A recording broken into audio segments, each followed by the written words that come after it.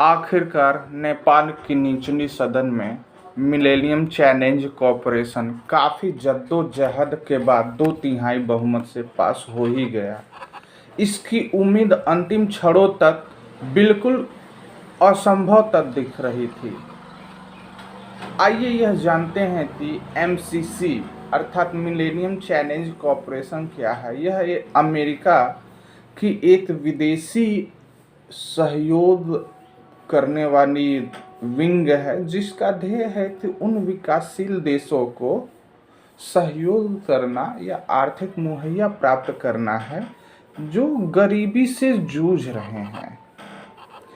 पर ऐसा बताया जा रहा, नेपाल में इस बात को लेकर विरोध हो रहा था कि ये अमेरिका की एशिया पैसिफिक रणनीति के चक्रव्यूह में ये फंसा देगा और कहीं ना कहीं वो संविधान, नेपाल के संविधान की अवहेलना कर रहा है।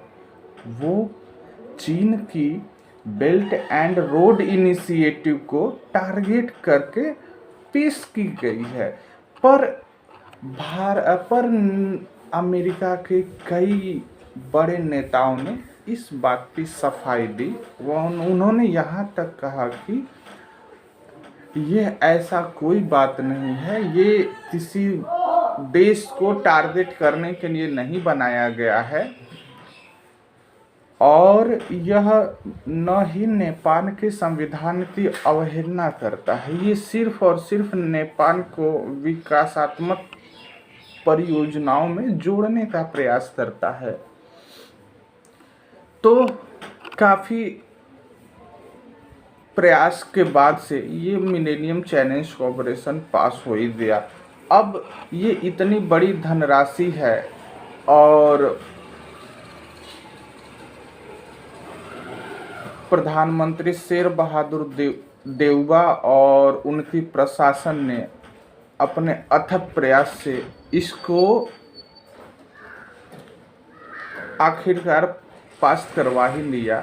तो अब नेपाल के सामने सबसे बड़ी चुनौती यह है कि वह इसका नियोजन, वह जो अमेरिका से प्राप्त धनराशि है, जो अनुदान है, उसका वह कैसे उचित नियोजन करेगा, कैसे वह अपने विभिन्न परियोजनाओं में वह उसका उचित बंटवारा करके वह उसको खर्च करेगा। ये नेपाल के सामने सबसे बड़ी चुनौती इस समय दिख रही है। नेपाल को 500 अमेरिकी डॉलर की ये सहायता राशि देने का ऐलान किया गया है। धन्यवाद।